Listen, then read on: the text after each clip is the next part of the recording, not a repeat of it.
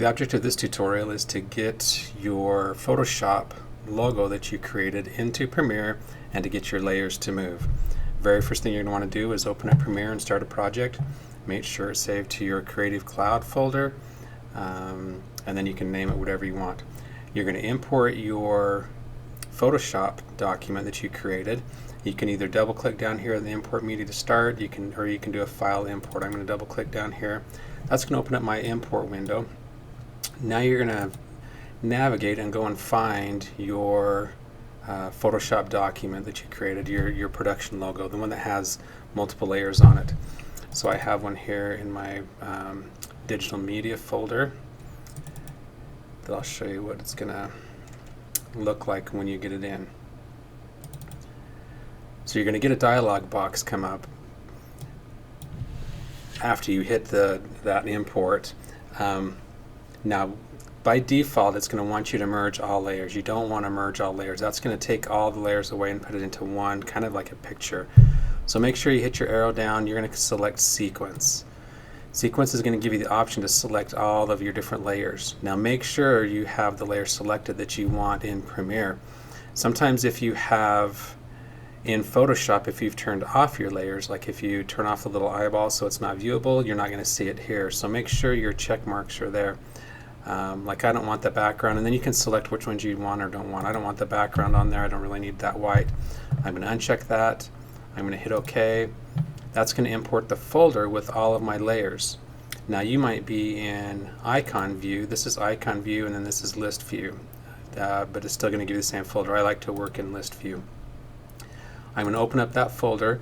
You'll see there's 4 layers there that I had. You're going to have multiple layers. You'll have more layers than that. There's a minimum of 6. What I'm looking for is this little guy right here. This is the timeline or the sequence that we're looking for. It has a little different icon on it, so look for that icon. It's going to have like the 3 little lines of the sequence. This is there with a scrub line. This is the icon for the sequence that plays out over here. So I'm just going to double click that and open that up. That's going to give me all of my layers on my timeline. You can see it just looks like it did in Photoshop. But now I can manipulate this however I want to manipulate it and have it come in and how I want it to look. First I'm just going to stair step these. So I'm just going to grab the front end of those just to give it just a little bit of movement. So I've got these 2 first layers. I got a background, and then there's a W. This is the W that's cut out. We're going to have that move first. Then I have the black layer, just the Weber, and then I have the addition of the stroke and the shadow around it. So first let's make the Weber move. You're going to want to select what layers you want to move and how you want them to look. I'm going to get this great big W to move.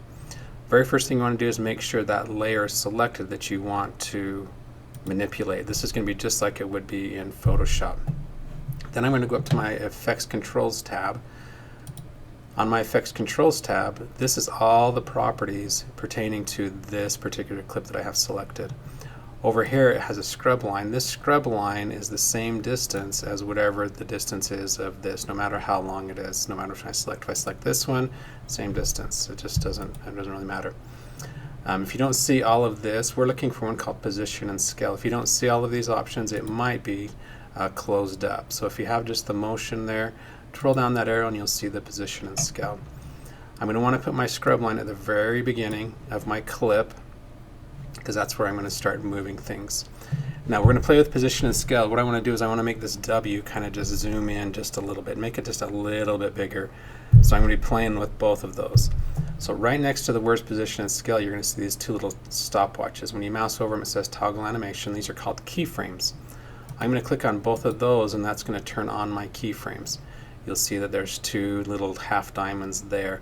This puts into memory everything about that clip on where it's located and how big it is. So this is going to be my starting position.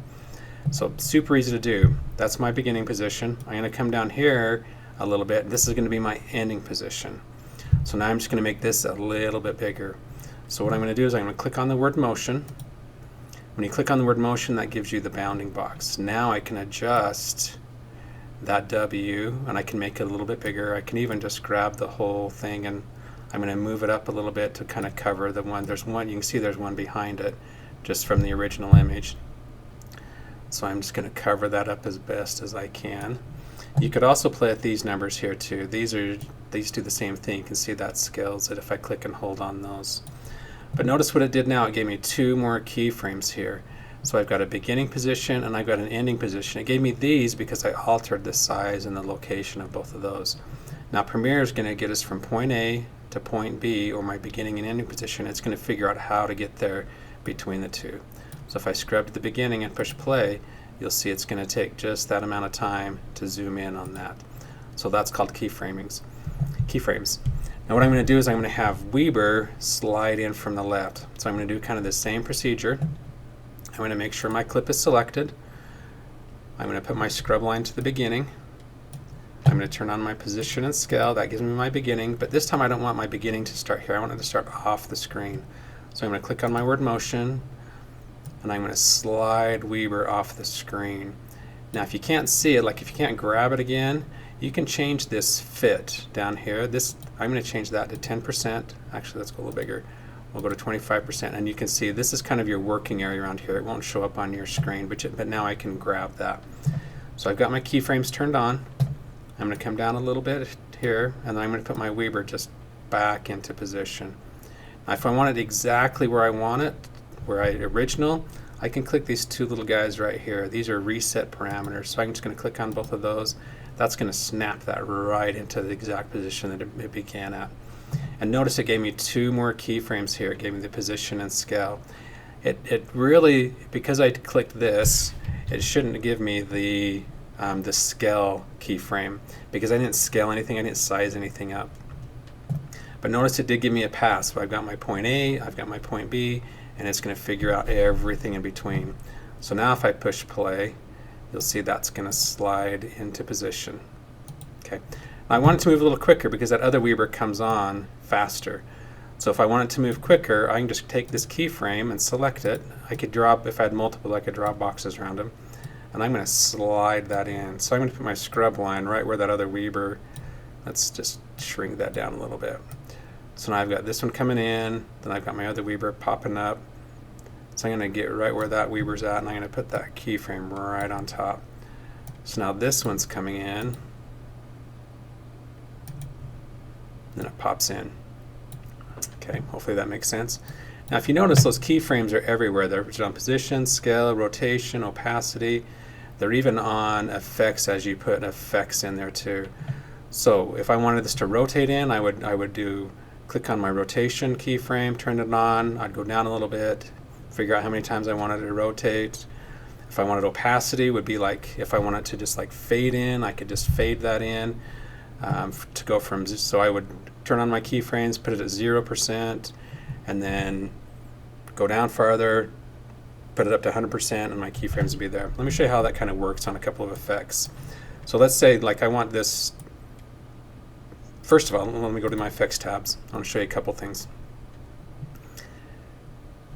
First, like I want that, see how that stroke comes in really fast? I want that to kind of blend in. I could use my opacity and keyframing on that to go from 0 to 100%. I could also use a video transition.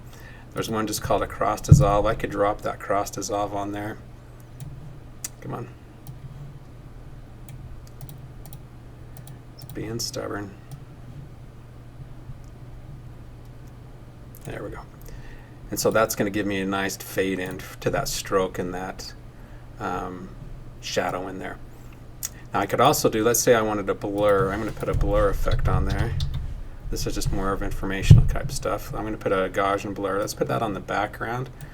So now I have a blur on the background. If I go to my effects controls, you'll see there's my blur, and you'll see there's my blurriness with a keyframe. So I'm going to do a keyframe there, and I'm going to raise this to make it super blurry. So that's going to be my starting point. Then I'm going to come down a little bit, maybe right where that's starting to come down a little bit more so you can see. Then I'm going to come down a little bit. I'm going to take this back down to 0. So now it's going to go from 75 to 0, and you can see those numbers change as I scrub through that. But now if I go from the beginning and if I push play, you're going to see that fade in, everything's moving. Looks great. So that is keyframing. Please grab me if you have any questions. You really want to master this technique because it is used all over the place. And enjoy.